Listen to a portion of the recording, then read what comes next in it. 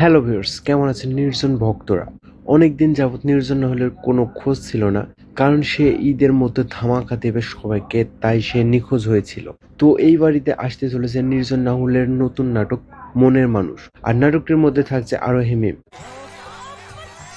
তো নাটকটি হবে লাভ অ্যাকশন থ্রিলার নাটক। তবে আমার একটা জিনিস খুব খারাপ লাগলো, সেটা হলো নাটকটির 42 সেকেন্ডের একটি অফিসিয়াল টিজার ভিডিও এসেছে, আর নেই কোনো তেমন ভিউজ।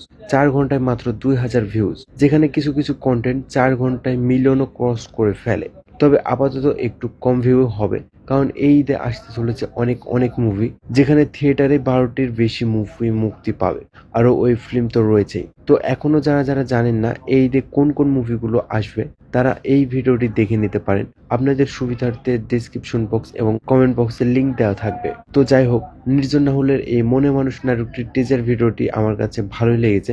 তবে তেমন কিছু রিভিল করেনি, শুধুমাত্র কিছু অ্যাকশন দিয়ে আভাস দিয়েছে তার ভক্তদের। তো কে কে নির্জন নাহুলের ভক্ত অবশ্যই অবশ্যই কমেন্ট করে যাবেন। আর হ্যাঁ, ভিডিওটি এ পর্যন্ত। সবাই ভালো থাকবেন, সুস্থ থাকবেন।